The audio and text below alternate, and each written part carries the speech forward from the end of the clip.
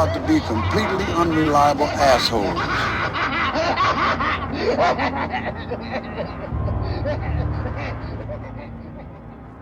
Buongiorno, Tim.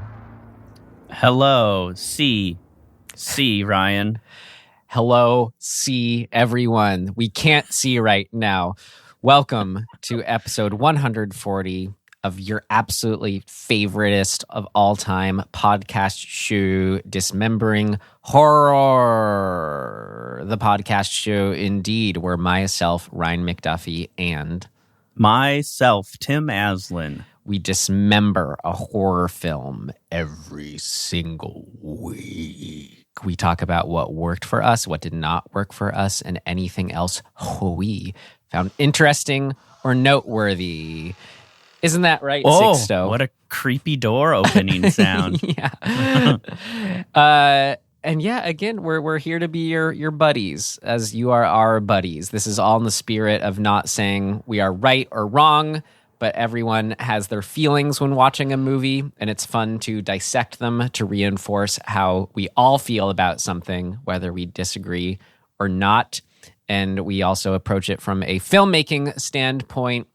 Tim and I are filmmakers with filmmaker brains, and we like to, we think talking about what worked and what didn't work for us is a way to help ingest and imbue any lessons therein from horror films. We'll do our best. As we can only do.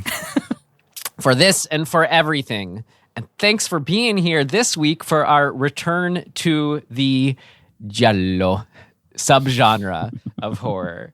And I say it like that because this is, we've done a handful of Giallo films now, and Dario Argento's films, which we're doing today from 1982. We're doing Tenebre. Don't know how you say that, but we do know how to say Giallo, and I'd like to remind you and everyone why we say it like that, Tim, because of a official pronunciation that we found. Where I was even just watching a review of this film where someone said Gallo, then they kind of slipped into Giallo. It's easy to just, one of those words you just don't know how to say, so you just kind of roll over it.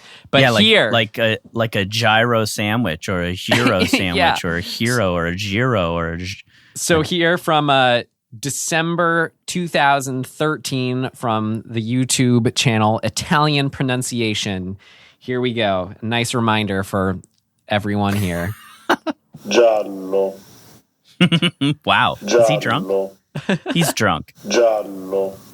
Giallo. So in our show, when we refer to these films, which we often do, that's why we say it as we do, because we strive to be correct. Giallo. As many names as we've butchered, we like to do our best. It's the worst. Just as Tim says. So yes, Giallo film, Tenebre is the name of the Tenebrae.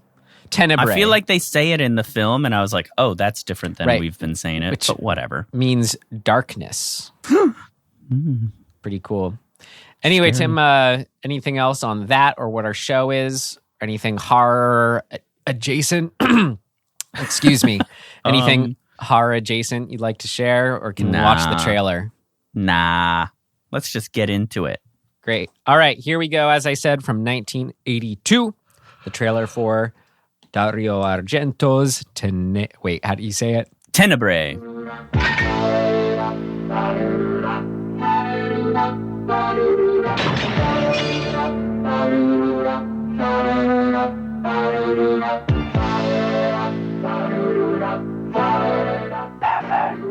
Filthy, slimy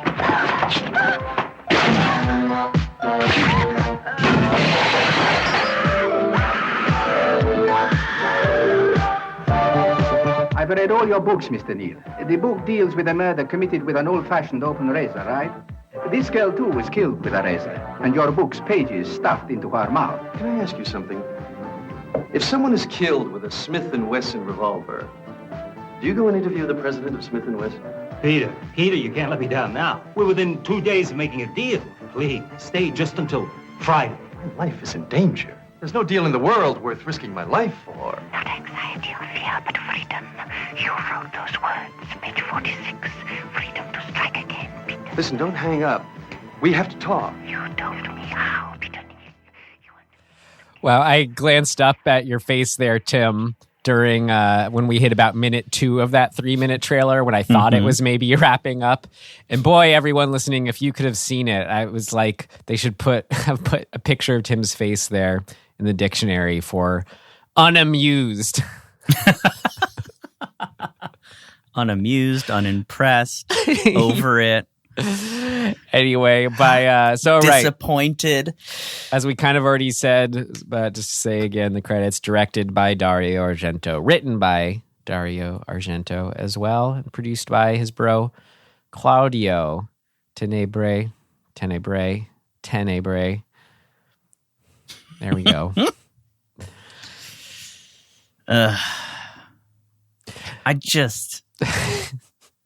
It's got so many problems. Well, I'm excited to talk about all that, Tim, especially since we appreciate you being here if this is like one of your, well, of course, no matter what, but especially if this is one of your favorite films. This was up there for people, like even just kind of looking at it again. Really? Yeah, I get why. I mean, we were just kind of trying to add all the major giallos that we hadn't seen. And this one, I was just looking at a review from someone that's like, oh, this is his masterpiece. This is the ultimate. It combines all the best elements of the giallo genre. But then here, Tim and I, we always... Okay, I don't get it. Where are we coming from right now? So I got to say, like, to kind of review the Giallo films that we have watched. Opera I did love and would be excited to watch that again. Phenomenon, I like the best parts have risen to the top for me, but I know it's longer than, I would have wanted, but like its weirdness definitely would make me watch it again at some point in life, not anytime soon. But I did have enough fun memories from the idiosyncrasies that, I do appreciate this. And the thing is, I really, really appreciate this genre overall in the films for what is so unique about them. Just like take a still from them, just think of the styles, the music. Yes. Like I get why why people love them. It's not, they influence other work, but there's nothing quite like them. And for anything like that, I will say, we're in our rating section here, so I'll tie that into, I feel like they're always at least worth a stream, even though if my experience was like just waiting for the next slasher moment to happen. Yeah. Man, I don't even know where to begin. I agree with what you're saying, though. I mean, like, for the sake of the things that make an Argento Giallo film what they are, yeah, it has those things, and that's cool. But this one, for me, honestly, this is the one that kind of jumped the shark, so to speak, of his films. And like the really most basic reason is that like the twist or like the answer to this mystery is really, to me, it's really dumb and disconnected. Like it's not an answer. It feels like, I don't know. It just doesn't work, I guess. And like I'll expand later, but it bums me out because I appreciate the things that make an Argento Giallo film what they are, and this has those, and that's fun and cool. And Goblin rocks, like they do what they do with the music, and it's so cool for what it is. Having said all that, I'm just a stream. Great. But I feel you too, like even while watching it, and it was just those long slogs between the kills, I'm like, I don't want to be watching this. I would just avoid it, Ryan. But no, in the end... Like, if the story in those slogs, if the clues and sort of what we were getting to reached, like, wove themselves into a cathartic, like, oh, amazing twist ending thing, like, where it was all kind of it landed and made sense, then yeah, I'd be totally in. But because it doesn't do that to me, it just can't elevate into like a worthwhile, I'm not going to spend money on this. So there you go. Double stream it. Great. Well, Yeah. what is this we're talking about? How can we summarize at least what our interpretation of the story was? Okay. So we've got a writer. His name is Peter Neal. He rides his bike to Kennedy Airport in New York on the, I think it's, what is it called? The Queens Parkway, Queens, whatever. I don't know. We can't say major highway. We can't be this detailed. But I just have to set the scene. It's the most absurd thing, for like character thing to have happen. He rides his bike on a highway to the airport while his driver drives in front of him, and then he hands the bike off, gets his bags, and changes into like business attire in the airport bathroom. Like, that's who this guy is? I mean, we should have known right then and there that he was the killer. Right. Even though he kind of is and kind of isn't, which is a whole nother issue. But, okay, so we got this writer. He's going to Rome. He's got a kind of an estranged relationship with his wife. He's just released a new book called Tenebrae, The Darkness. And it's, the fourth or something like that in the last year or so that he's written that has gotten, he's very successful. And so he's going to Rome, I guess, presumably to like do a bunch of press. Yeah. And very quickly upon him getting there, people start getting killed in the same manner that the killer in his book kills his victims or her victims. In this case, it's a him. So really the rest of the story is just the whodunit of it all, right?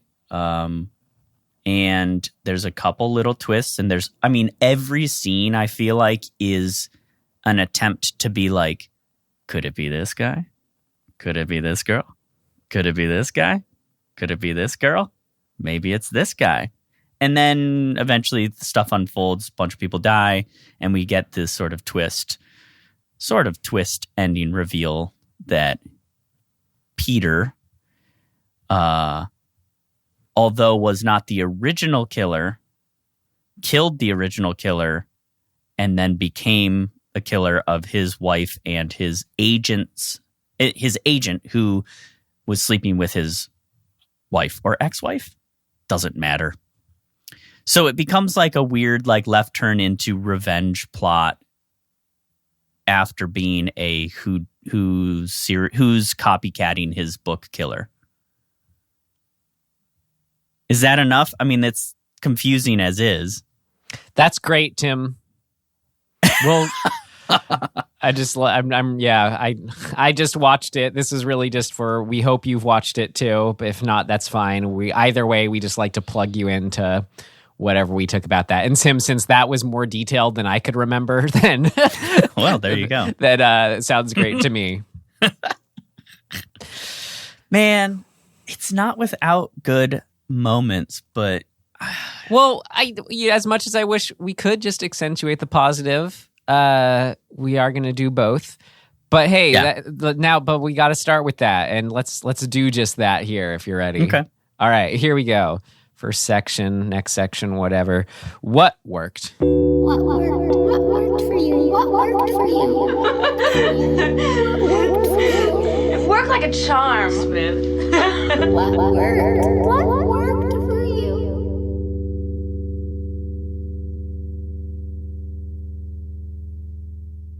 Started off strong, Tim, I gotta say. Not with the character thing that you described of how he changed his clothes or whatever, but the opening lines from the book itself. Yeah, kind of. That's cool. Kind of how I was saying, as hokey as they were, I enjoyed the opening lines of our last film at midnight, I'll Take Your Soul, just to kind of like set a tone of just thinking in things broadly or just bringing up a broad horror-like concept.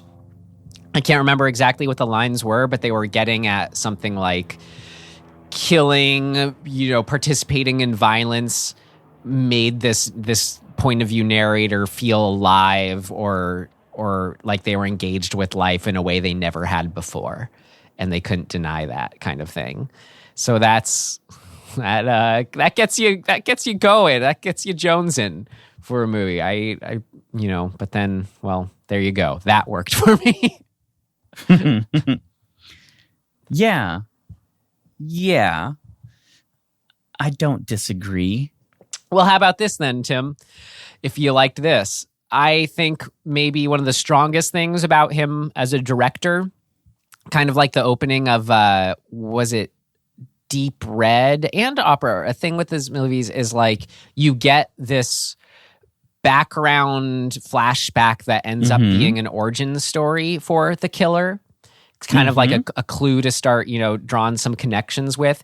And just directorially, filmically, how that was done in this one, is that they had one at all is cool. But that I feel like it's his strong suit. It's incredible. There's a scene that was felt like it was going to be like an assault scene or a rape scene, but then it just kind of wasn't that. It's a reverse rape scene. Yeah, on a beach. Yeah, so just in case you're wondering what we're talking about, there's a flashback to a woman, a fairly young woman, I would say maybe, 20s-ish. I guess she could be late teens, but whatever. And she's on the beach and she's kind of enticing a group of younger boys who are, I don't know, in the 12, 13, 14, 15 range, somewhere in there, high school, middle school, high school, I would guess. And she's sort of enticing them and they're standing around her. So that feels sort of ritualistic, like they're gonna, like she's the older, like town girl who I don't know, is this a thing? Like it feels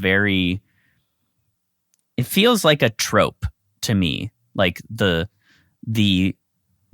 young woman who allows younger boys to explore sexuality for the first time. I can't think of exactly where I've seen that before, but I feel like that's a trope that's been around. Probably has a name. Anyway, so she's doing that, but one of the boys gets upset, I guess, maybe because this is, he considers it immoral or something. He slaps her, and then all the other boys are like, bro, you ruined the fun. They tackle him, hold him down, and the girl kicks him in the ribs, and then she puts the heel of her red high heel into his mouth and sort of makes so that's what I mean. It's sort of this reverse rape thing. It's like she's penetrating him orally with the heel of her high heel, her pump. And that, I guess, is supposed to be the impetus for his going after women and killing them. Right. And so that, how you described it, 100% accurate, exactly what you should take from it. But for me, watching it, it's so not about that. It's like I'm hardly taking in the clues. It's just where his style is just excelling in sort of kind of reminds me of kind of like the hallucinatory parts of Audition or something like that, where just that imagery of the red high heel going in the guy's mouth and sort of the tenseness of when she's kneeling on the ground and they surround her. It's majority in super close up, almost obscured close up, where you kind of are just catching little glimpses of detail, but it's like somebody's just hand holding the camera right up against everything. Just captures that dream memory feel so well. So I could say I was just, as far as what worked for me, that was way up there for this film.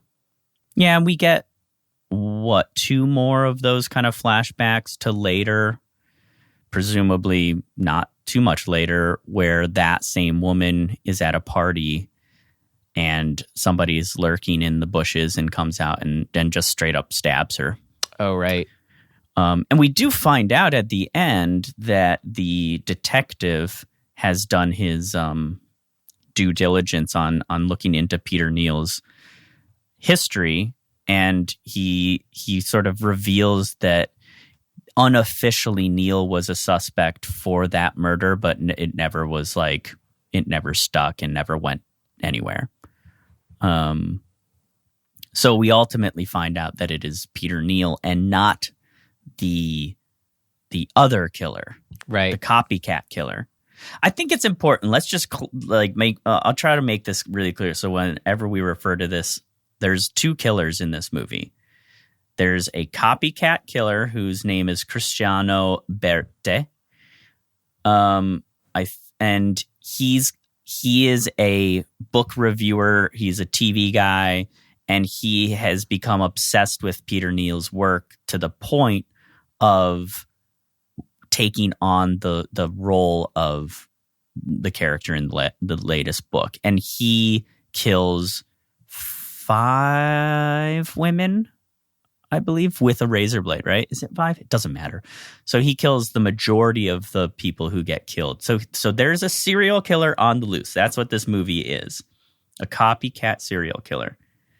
But then Peter Neal elaborately kills him and then takes over being a killer and ends up killing what? 4 more people? Well, Tim, now that we have that context, I would love to know, is there any standout thing that did work for you with this film?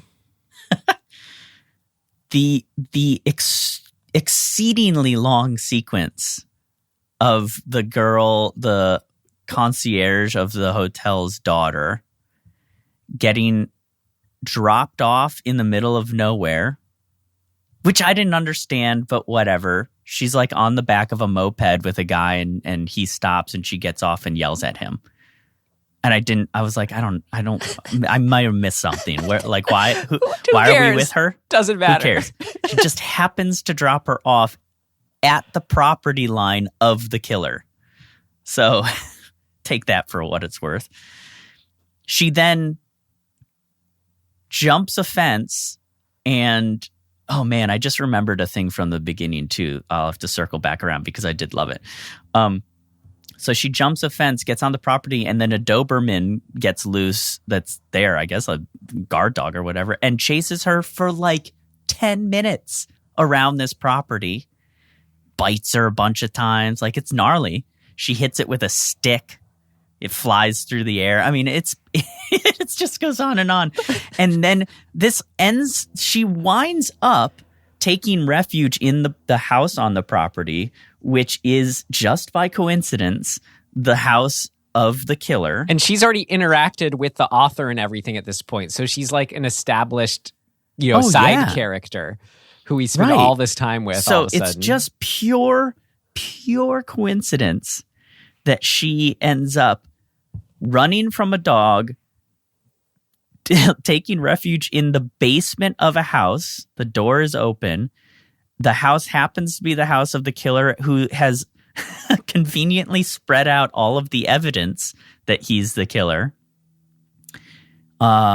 She takes a bunch of the evidence because she's like, oh shit, this is that author who's staying in my dad's hotel, who's under suspicion for these murders, but it's obviously not him. It's this guy. Let me go solve the case while this dog is after me. And then she then gets confronted by the actual killer. Well, yes, the actual killer. Because she's trying to use his phone. And he chases her around, catches her, kills her with an axe. Mm-hmm. Oh, yeah, because he loses his razor blade. I mean, it just goes on and on and on with that soundtrack going on. And like, to me, it is like, you could just watch that scene and be like, all right, cool. I gotta draw the similarities between the other most memorable sequence from Phenomena. It's I like kept thinking the same thing. it's that section, whether it's the highly coincidental situation with Jennifer Connelly going from this getting dropped off in the car to then having an animal intervene. In her case, it was a chimp that then belongs to the professor guy or whatever. So, and it came about the same time in the film too, which was interesting. Kind of the like somewhere between the quarter and halfway mark. Yep. Really interesting. But Tim, like that was, I loved that sequence too, because it's just when you sit up and you're like, wait, what? We're like with her now, first of all, because and we just kept being with her. Yeah. That's what. There's no cutaways. It's not like it's a interstitial. It's just like we're gonna spend the next 10 minutes with this girl. And so it's the highly coincidental stuff is fun, but then like the dog, like what does the dog have to do with it? It just makes it more intense, but it's great. Just like the chimp, but the dog acting too, I thought was so intense. Way I know it jumped. It was like this Doberman that's really adept at jumping fences. That dog jumping the fence was like the most amazing thing I've ever seen. It was so cool. Like that second or third time it does it, when it's when it like goes up and sniffs the fence, then walks back to get a running start. It's so cool. God, blew my mind.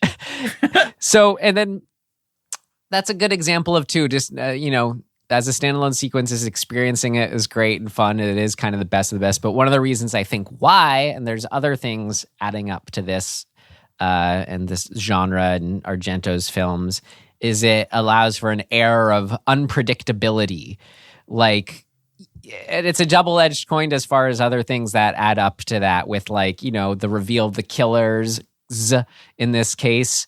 It doesn't click at all or doesn't feel earned or anything, but at the same time, you don't know whose it's going to be genuinely. Like when you're watching these films, it honestly feels like anything can happen. And just as a sequence where we go with someone that we thought was just going to be a little weird side character gets their full sequence, is pursued by an animal. Like that adds to that unpredictability, or a general sense of unpredictability too, that I think is this film and these films' strong suit. Yeah, in a way, like it works and doesn't work for me, because it's like it's a, what's the word? Not a conceit. Oh God, why does this happen to me? Why can't I think of words? Why? It starts with a C. It doesn't matter. I'll think of it. But it is, I guess it's convoluted is a word to use. In that starts with C. That somehow we're I mean, I love it and I hate it. The idea that like, everybody in this movie's story is somehow like overlapping and intertwined with each other, just coincidentally, is I think it's a stupid way to do things, but also it like tickles me. So it ends up being it works for me ultimately, because the rest of the movie kind of has that conceit. And so I'm like, okay, well, that's just the world we're in. If it were grounded in a different kind of like more realistic reality, I would be like, okay, this is dumb. Like, there's no way she would end up on that property. Like, give me a reason. Like, give me just a clue, or a contrivance is what I was trying to think of. Like, give me something that's more than just a contrived reason for her to be there. The lack of that is so refreshing, though, honestly. Well, that's kind of my point. That's why I'm saying it now, is that they just go, who gives a shit? Yeah, I know. Like, this is the world. I mean, it's even interesting in sort of like the description of like the filmmaking of this, where Argento was trying to kind of steer away from using like Rome as a backdrop in the ways that it typically is, where you're like, you got to go past the big monuments, right? Like the big things that everybody recognizes, and have that be the setting.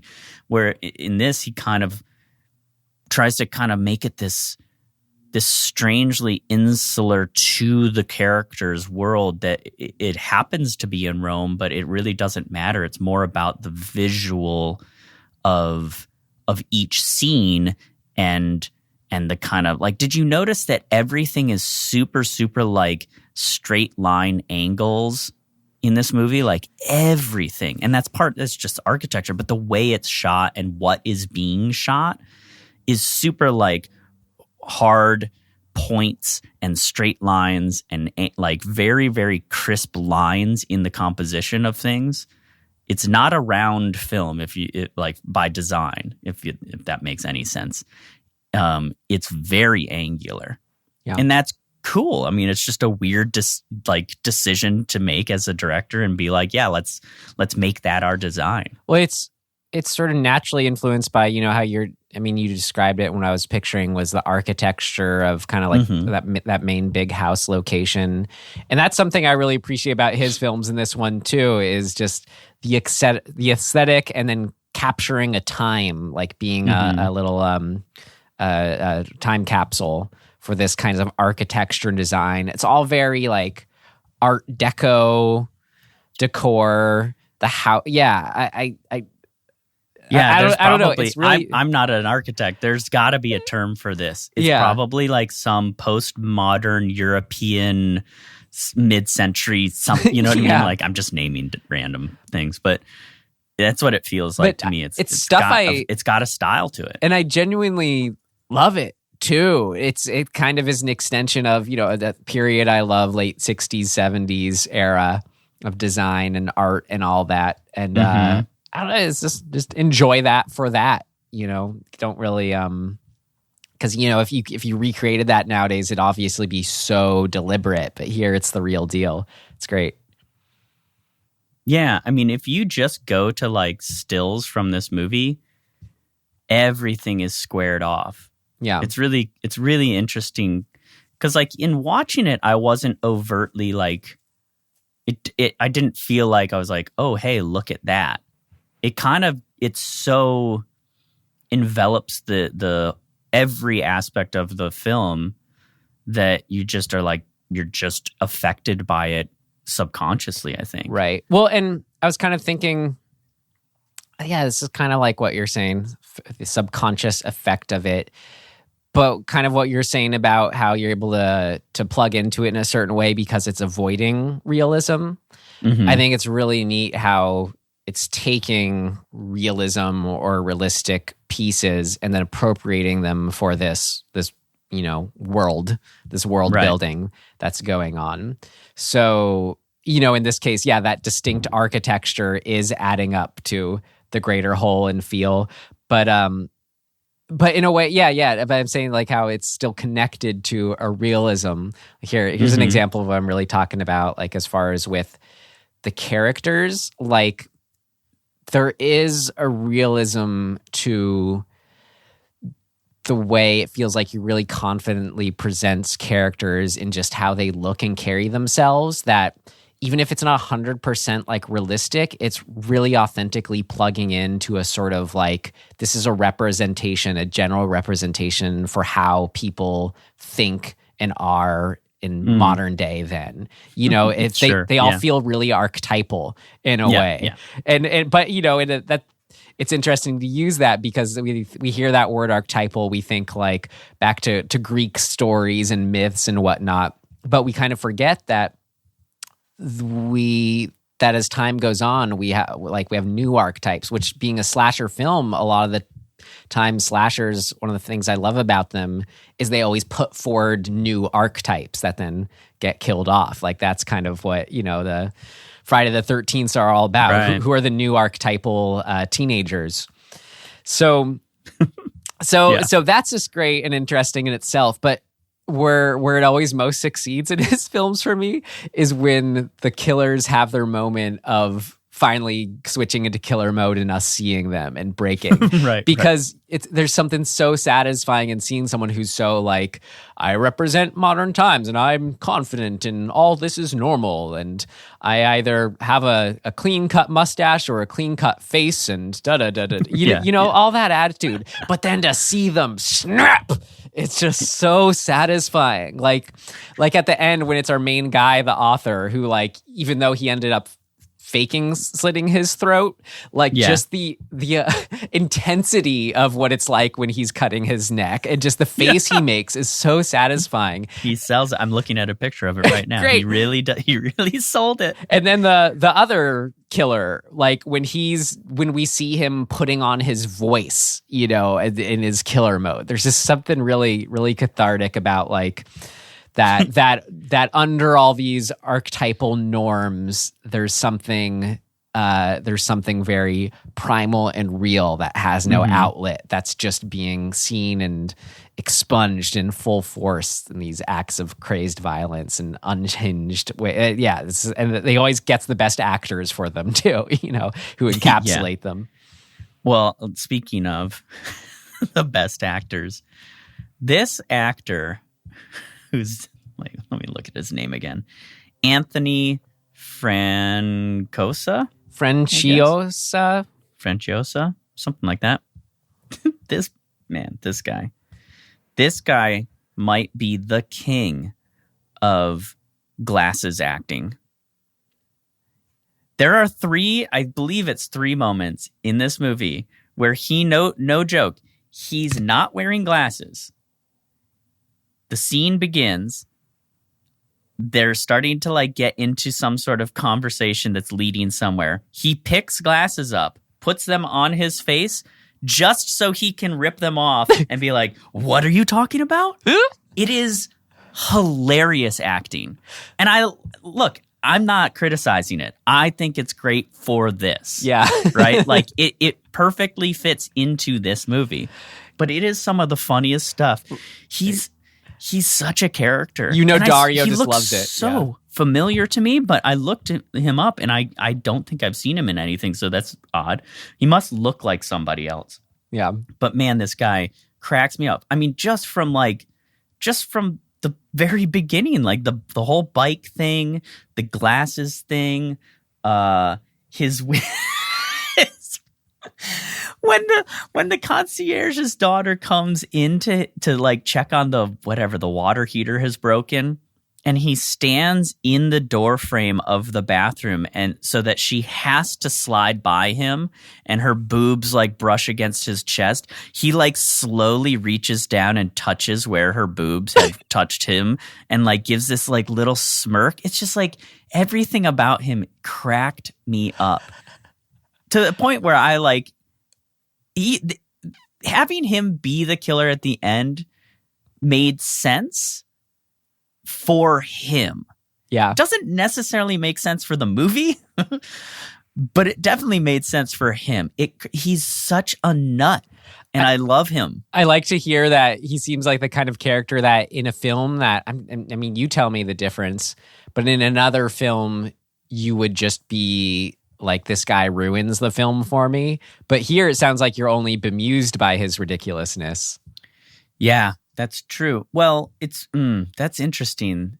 It's because he's not, I think what we've been talking about lately is the people that really like I can't get on board with are the ones who are active in their being assholes, where they're like almost taking pleasure in being a jerk and messing with people, and they're just nihilistic about it. Like, what does it matter anyway? I don't like that. But this guy is just he's a cartoon almost. And like in a movie like this, it totally works. I don't know. Would It's you weird. consider it to be nihilistic for a killer's motivation? Like kind of we get set up for this one you could say it's not based on anything, which is based on something, I guess, which is that like, I guess that something would be pure enjoyment is, you know, kind of how it's set up. Is that nihilistic in this to you? movie? Yeah. At least how it's sort of set up with that opening quote, you know? Yeah. I mean, my takeaway with like what they're trying to say, I guess, or like what they're trying to say is the motivation is more that like, like obsession and there are two things. I mean, without getting into what didn't work, because this really is, I think, at the heart of what didn't work for the movie. But the two killers' motivations are completely different in this movie. One of them is an obsessive fan and who is claiming that the influence of these ideas, the ideas in the books, is spurring on an insane person's like predisposition for violence. I guess they are kind of connected. And so that's the copycat killer's motive. Peter's motive is that he was harboring this trauma, I guess, if you want to call it, but he was kind of hiding this event from his childhood and channeling it into his books. But at a certain point, the betrayal of his agent sleeping with his ex-wife or wife caused him to snap. That's what they say in the film. And I'm like, it's not quite. Wait, did you have a what worked for this? What are you getting at? I'm getting at, oh shit, I don't know. What was I getting at? I mean, I was talking about I kind of had a question for you about if you'd include nihilism, or would you include these motives as nihilistic? So in this case, no. That's my answer. By going through what I think the film is trying to say the motives are, it doesn't seem like they're trying to say that it's nihilistic. It seems like they're saying it's these two things, like that these things are spurred on by causality, like specific causality. So it can't be nihilistic in that sense. Yeah, got it. Well, I just want to, I guess, get back to clear what works then. Yes. Don't let me go off the rails here. Well, kind of thematically related, and maybe, some pieces of the puzzle of what this is all adding up to, as he put it in the film. The shoving the pages of the book into the woman's mouth who they're killing. There's something neat about that. A copycat killer who's taking the literal pages of the author he's copying the murders of, and shoving them into his victim's mouth. It's just like a doubling down on I'm forcing you to think about something. It's deeply unhinged and it's not God, I should read more because my vocabulary is just horrible right now. It's sadistic, right? And it's disconnected to reality. Like the idea that you're punishing this victim with the pages of the book that she wanted to steal. Right. I forgot that context too. That's important. That's like somehow you're like teaching her a lesson. It's so ridiculously not like that's insane. That's insane to make that connection. But we see this all the time, like all around us all the time. People are making these connections and being like, see, I told you so kind of stuff. Like this is, they connect weird. I don't have a good example, but they connect weird random stuff. Like even the QAnon stuff is kind of rooted in this, like conspiracy stuff where it's like you're just connecting random dots and then confirmation biasing them into a way that makes it work for you. And I feel like that's kind of that first murder where it's like her sin is that not only was she a shoplifter, but she was shoplifting this book, and this book is impure, and you need to be like served your comeuppance by eating the pages of the book that's impure, whichever.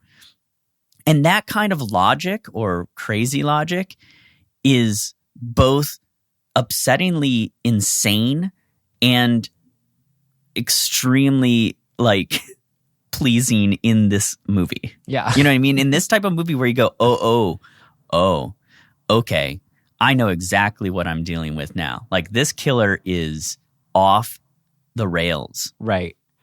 Like, they think that makes sense. And once you establish that, man, I'm on board. I'm like, okay, I can get behind this killer because they've established a clear sort of line of, oh, they're that kind of brain. Right. And that's I think is a strong suit when it happens with his films and in here is when you give some kind of distinct character flourish because not to jump ahead, because it seems like that kind of happens few and far between. Like the last thing that I have that really worked for me in this was shout out to John Saxon, Nightmare on Elm Street legend, all that. His little bit with his new hat. No, I know. I loved it. It was so good. And it was like funny. It like played off of John Saxon's ness, like always this tough cop guy. It's just kind of like, he looks good in the hat, but to actually like have a character like, oh, it's a new hat. How do you think it looks? Oh, does it fall off your head? And like to see him do the shake his head around thing to try. It's like so out of character, but in a way that just makes him feel so like three-dimensional, just so simply in a way. And so that's a good example, whether it's kind of like what you were talking about, an example for, the killers and what it's adding to them, like the way they're killing, just even to that little detail, which had a little own payoff, but it's like just this fun little detail and character gag, which doesn't, and it doesn't add up to anything more than that. But I love like Argento's kind of, when he does that kind of thing, because he's just so tickled by what he loves in his films. It really comes through. Well, like you were saying, that seems to be kind of a consistent through line in his movie, is that he, at the very least, he has an elaborate causal backstory for his killers to go, okay, this is why they are the way they are. And in most of the movies, he's kind of letting us in on that. You don't have to, you know what I mean? Like, you don't have to tell the audience the killer's backstory.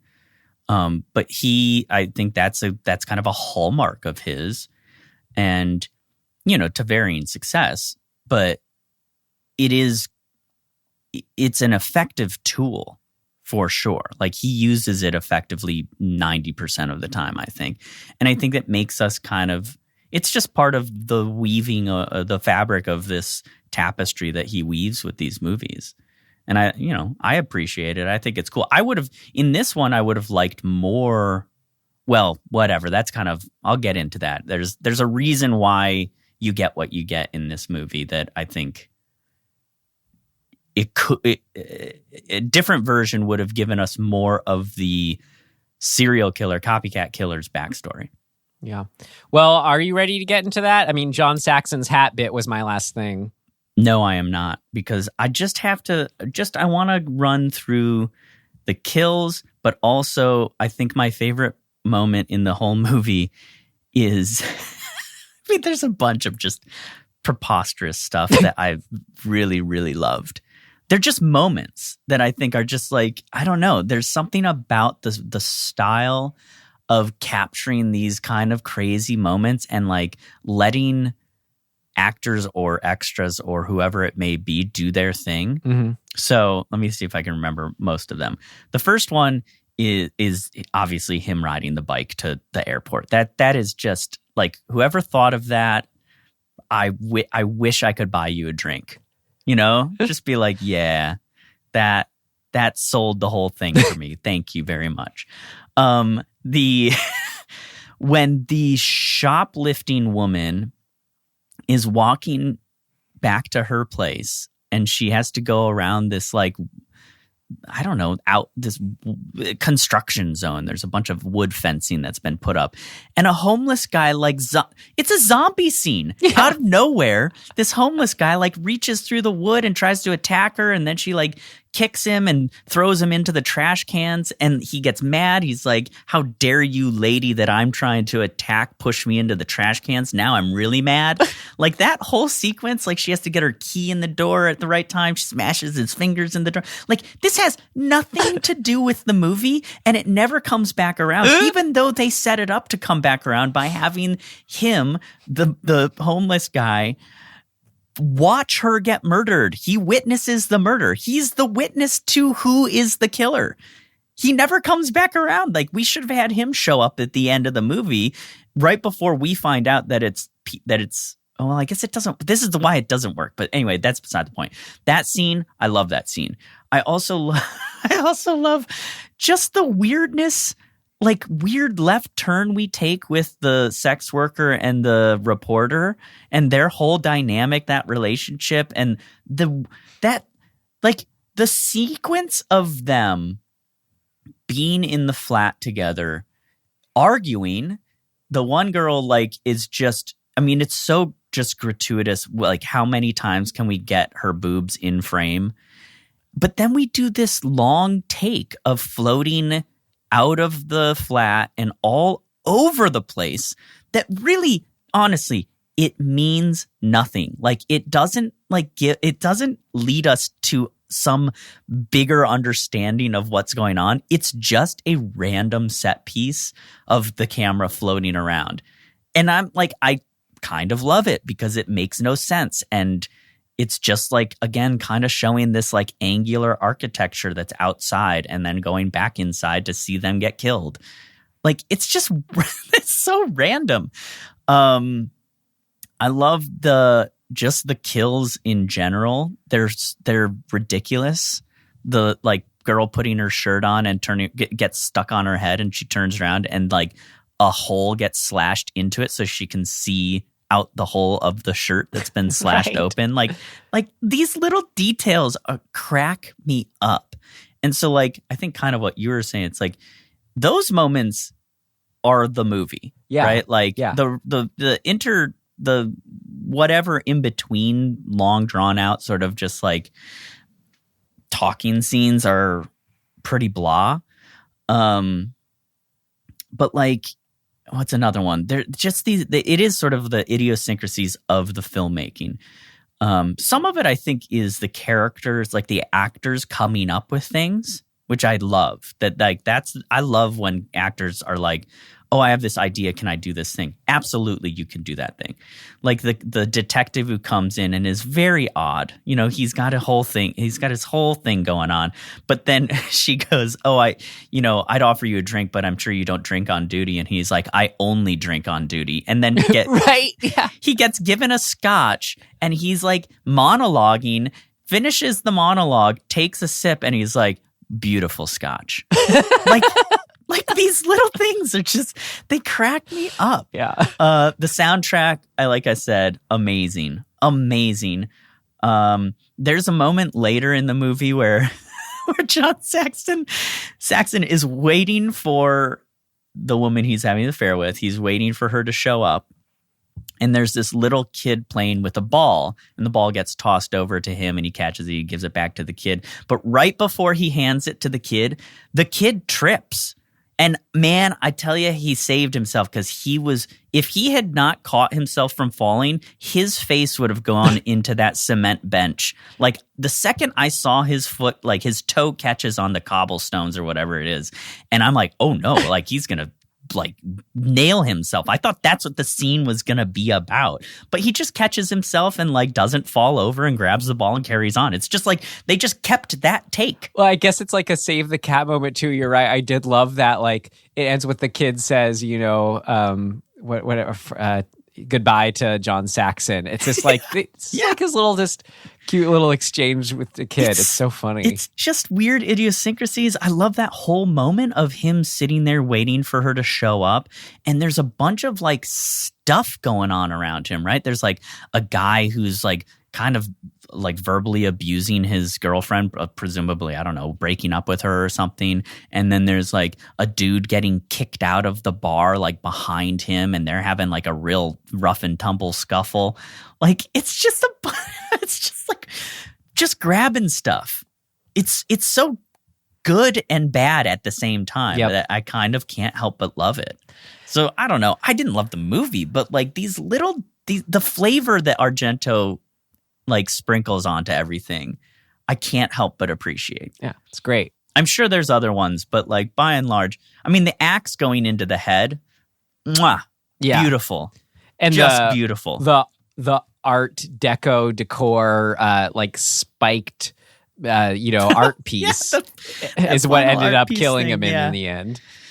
Oh God, yeah. So these little things, I mean, I like all of them. The amount of screaming that his assistant does when he kind of kills himself in a way. I guess she kills him technically, but whatever. But like her screaming, man, it's just it's so good. It's so bad it's good. I love it. Great. Well, should we talk about what's so bad it's bad for you? Yeah. All right. Here we go in our next section. What did not work? It's not ready yet. Seems to work okay. No, something important's missing. What did not work?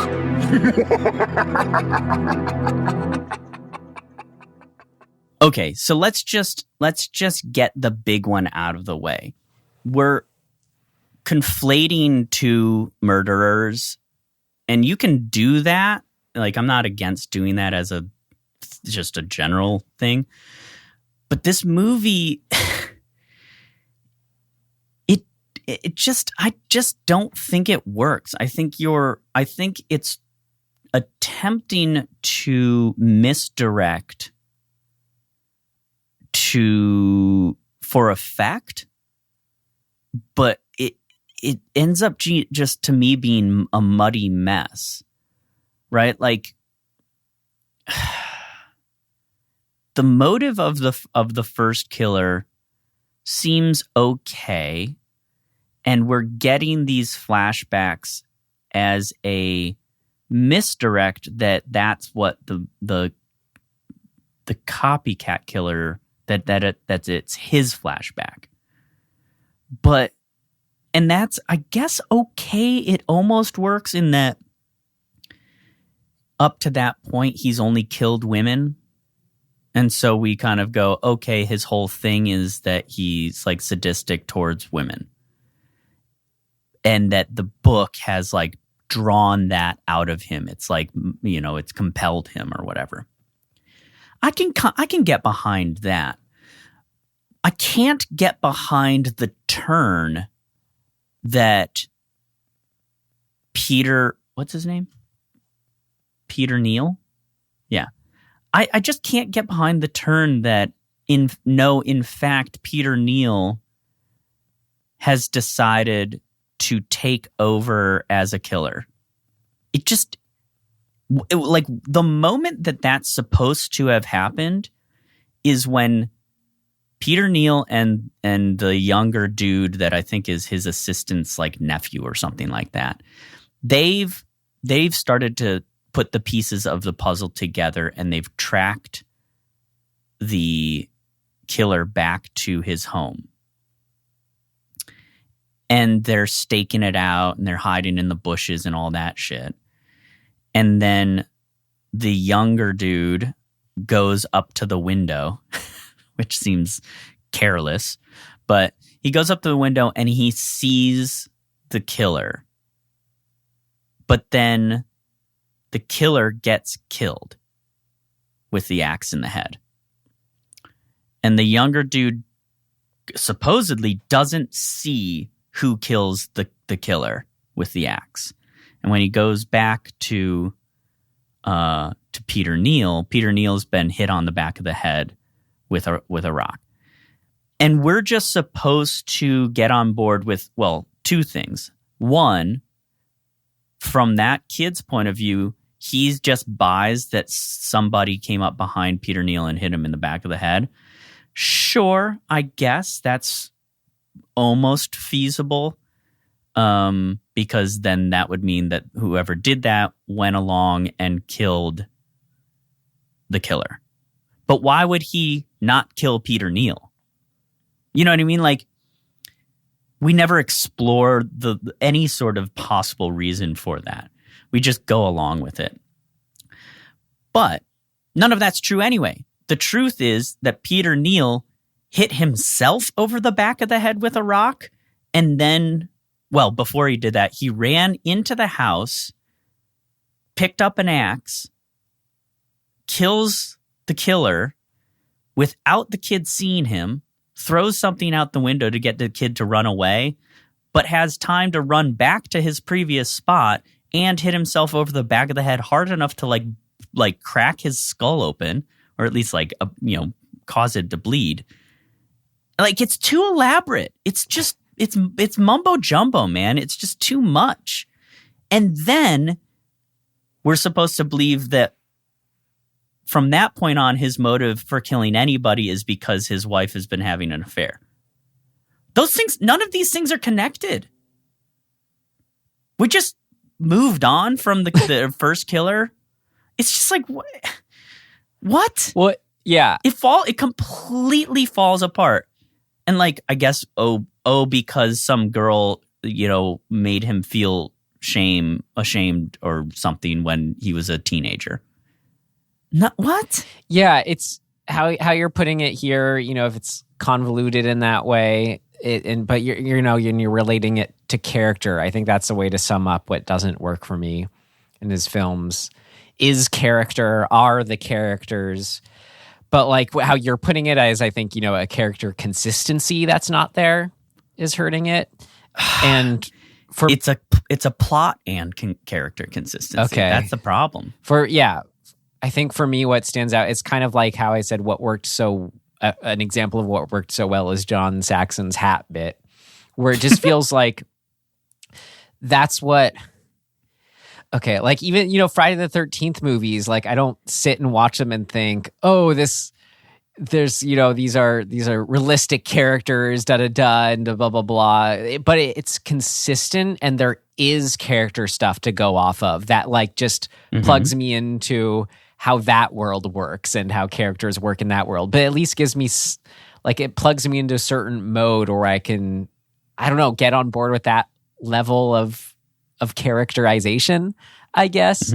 But it's there at all is the thing, so it works. It feels like here there's nothing to latch onto. It is just people talking in rooms. Like even what you described, his great character setup, it all adds up to, for me, like he's the protagonist, kind of, sort of. Like you're never really getting involved with the characters from scene to scene. It has this feel of like you're watching a movie that never starts. Yes. Okay, yes. Here's what I think you could have done. It's so close to working. And I think that the way you make this, if you're going to make a story that is based on this sort of misdirection of like, oh, it's one killer, just kidding, it's another killer. The reason it doesn't work in this is because the motives of the second killer change throughout the film. So how do you solve that? Like, how do you make a better movie but sort of keep the basic plot of what this movie is? You make the end motive of the end killer his beginning motive. You make him the killer the whole time. So all of this misdirect stuff is just that. It's misdirect. Make it all elaborate, because if your premise is Peter Neal was secretly unhinged and he was initially channeling that unhingedness from his past trauma into his books, I'm cool with that. I'm cool with that so far. No problem. He has had this in him the whole time, so have it be the whole movie, right? He's a writer of elaborate murder mysteries. Have him playing out the elaborateness of his psychosis in real time because he no longer is doing it in the books. So what would that look like, right? Almost nothing in this movie would change except the reveal that he's the killer and that he set up the first guy to look like a serial copycat killer, and that guy was totally innocent of all of this the whole time. And the reason he chose that guy is because that guy is a TV reviewer, book reviewer guy, and he's a good target. And he was, all you have to do is have him be a consistent critic of Peter Neal, or to have been a consistent advocate for Peter Neal's work, but he criticized this new work. Right? If we had that through line, the reveal that Peter was actually the killer the whole time and was a maniac the whole time and was setting all of this up to cover himself, and to pin it on somebody else, but it got messy and it caught up with him. That's a clean plot. We would get it. We wouldn't feel weirded out at the end of like, wait, his motive at this point is just that his wife was cheating on him? Who gives a shit? Right? Like, if he had been the killer of all the other women previously, when it comes to him being like, what really set me off was finding out my wife was cheating on me before I came to Rome. It's been eating away at me, and I can't keep it under wraps anymore. Like, that movie, that's a good movie.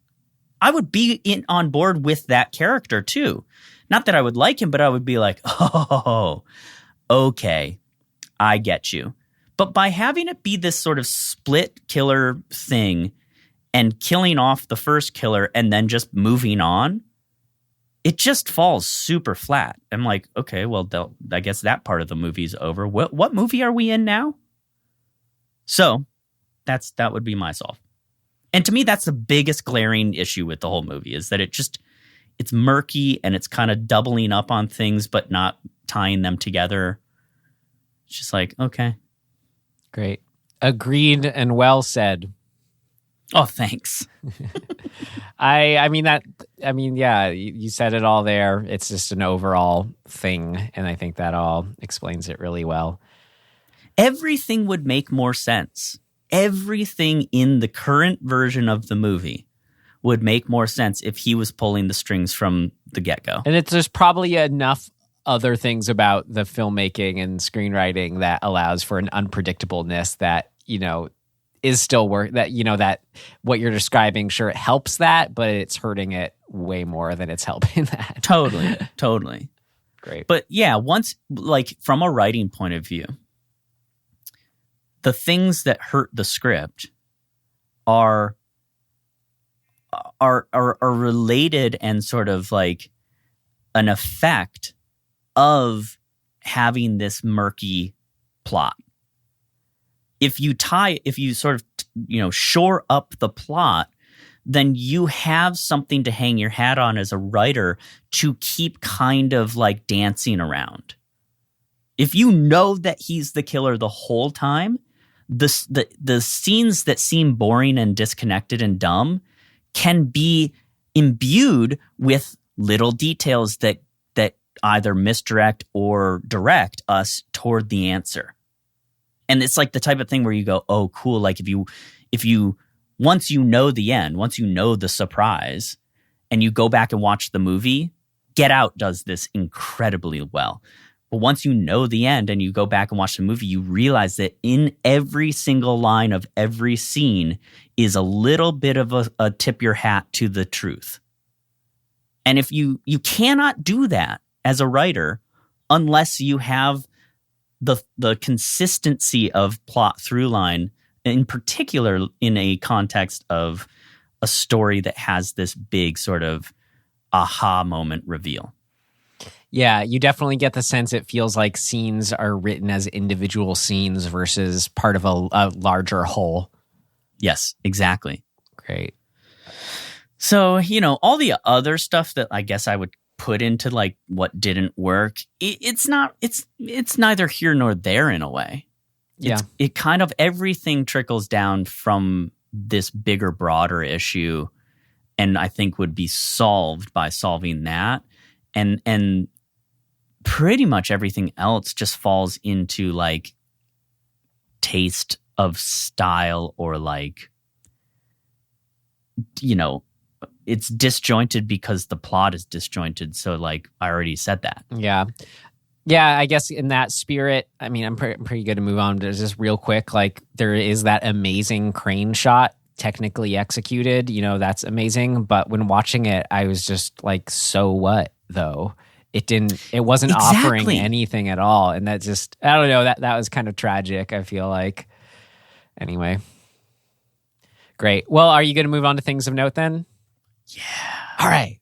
Here we go. Yeah, let's do it. Things of note. Things of note! This should be interesting. Tim, now that we've watched a handful of these Giallo films, I mean, we already had, but this was funny watching it and just feeling almost right back at home with these. Like there's certain tenets in his filmmaking now that I'm starting to pick on. So I came up with a short list of what those are that I thought would be interesting to get your confirmation of and to see if you had anything to add or challenge here. So staples, that's my word. Argento/Giallo staples. We have dreamlike flashbacks as killers, background, origin stories. Women getting murdered, of course. Straight-laced men turning out to be crazed killers. Art Deco decor, often used as key props. Point of view with exaggerated heavy breathing.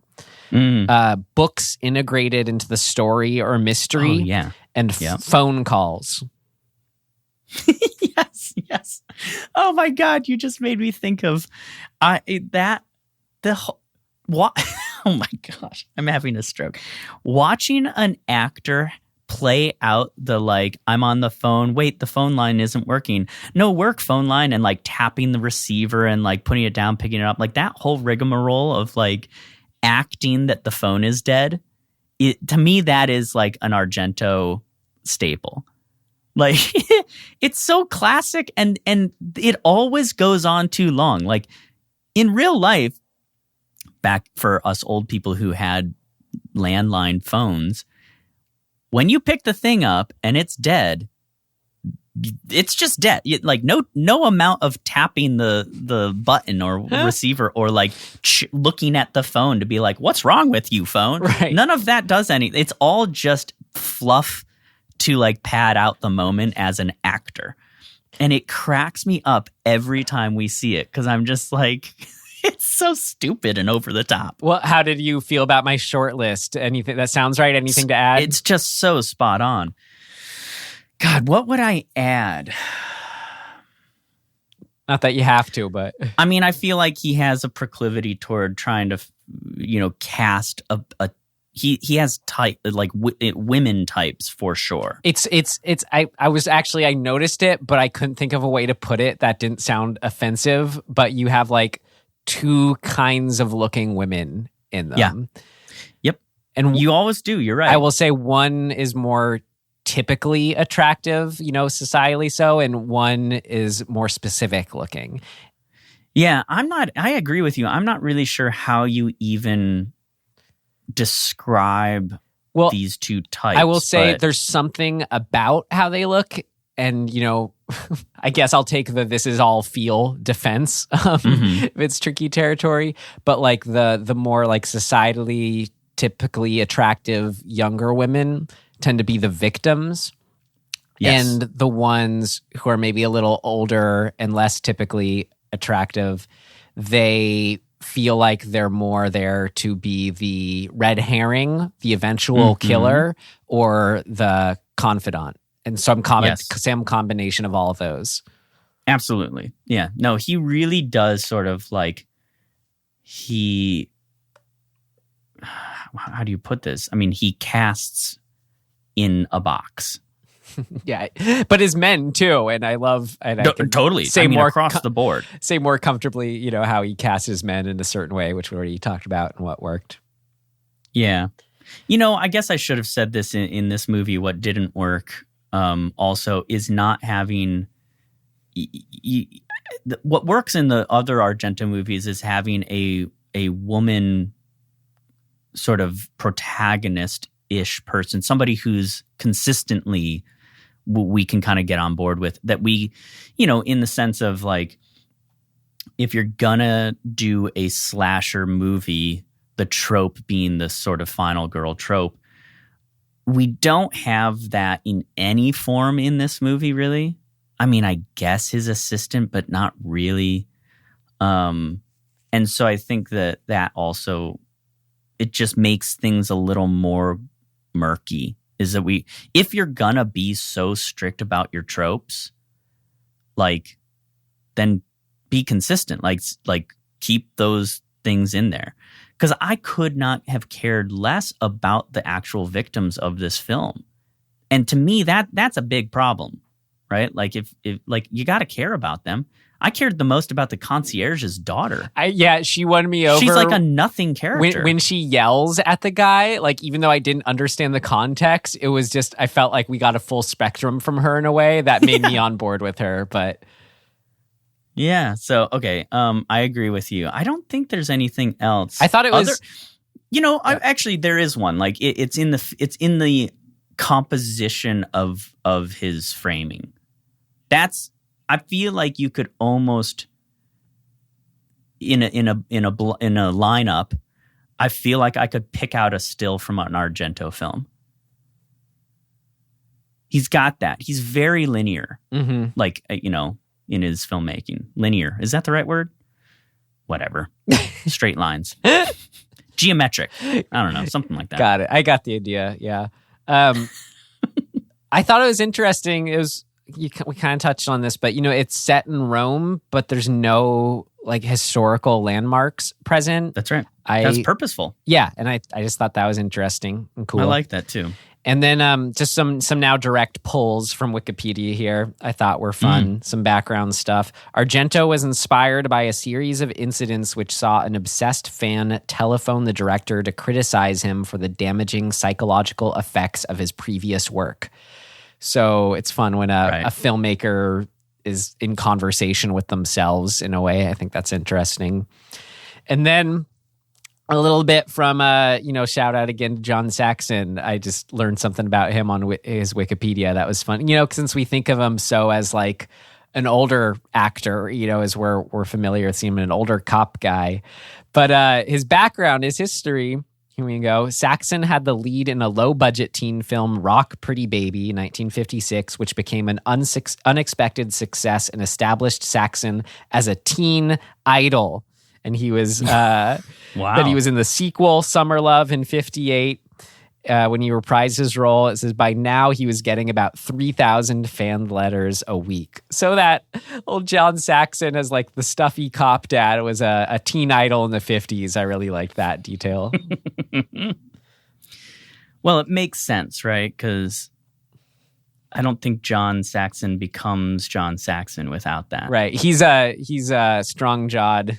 You can see he's very like, I could imagine him having that like attractive 50s aesthetic, like whatever that is when he's younger. Great. Well, that's it I have for this film. If you're good to move on and see if you have any recommendations. Just the one other thing that surprised me is that this was put on the what is it called? The Cinema Nasties? No, Video Nasties ban, the UK ban on films in the 80s. Or no, yeah, in the 80s until 1999. Like this? Did this seem that bad? I mean, I could imagine just when you, again, are just reminded of how horrible what's actually happening is if you're looking at it as reality. Right. It's really brutal. Yeah, that's true. 4 out of 5 skulls on Shudder where we watched it. Description ends with Dario Argento poured his fears into this visually stunning return to form, loading Tenebre with some of the most gorgeous and horrific murders in all the director's oeuvre. So just to offset our less pleased review, some positive there. I think it's in our hat, but I'm not. Inferno is the next one that we have. Is it in the hat? Yeah. Okay, I think that's it for those. On our list, at least. For the current hat list, I'm sure we have. Correct. I feel like we have other Giallos. Yeah. Cool. Yeah. So let's see. Recommendation. What could I recommend dead this week? Did I watch anything cool? Well, I got one ready. Oh, okay. I watched, out of not watching a lot of things, now I'm going to get back to watching things more. I'll be able to. I watched, it's just a random one from my Letterboxd watch list. I watched from 2001, Josie and the Pussycats. It was everything I hoped it would be. It was super. Oh, here it is on Letterboxd, watched by Tim Aslin. Yeah, I've seen that movie. It is what it is. Well, I loved what it is, so I'm going to recommend Dead It. It was brutal. Why? I tried to rewatch it this year, and I couldn't do it. They're all so great. It. Everyone's so funny in it. I mean, Parker Posey is just always just gold. Yeah. Even like Tara Reid, who gets a bad rap, like she's so funny in it, how she's cast. Yeah, no, I guess I can agree with that. Let's see. I'm going to go into my letterbox, and I'm going to go into horror. Done. Okay, let's see. Oh, wait, did I recommend? I did not recommend Dead this, did I? It's called Sputnik. Did I? No. Okay. I forgot I watched this. Yes. So I just watched this, I don't know, a couple weeks ago. It's called Sputnik. It is a Russian film, so strap in for subtitles. But it's 2020, and it is, what can I tell you without giving something away? It is about two astronauts who come back from orbit it's set in the 80s, I'm pretty sure. It must be, yeah. And they bring something back with them. But it's really well acted. It's super cool looking. Like the design in it is so good. Yeah. I'm not going to say anything else. Watch Sputnik. Great. I got to follow up with my recommendation last week, Game of Death. According to our shared Shudder, did you watch it halfway and then stop? Yep. Well, I hated it. Sorry to hear. Hated it. That could have made for a good episode. We rarely have one that I absolutely loved and you absolutely hated. Ugh. Yeah. I couldn't. I just was like, I can't do it. You didn't think the style was awesome and it wasn't too heavy on anything? Like the dialogue was cool and realistic. The game, the style, the way it had the real life, it integrated that video game aesthetic into it. You didn't even see the ending. Fine. I could not get in with the, I guess, lead character, the premise of the lead character being this he's just it's the same problem I've been having. If your lead character is just a psychopath who's just we just got to kill 21 more people, what's the big deal?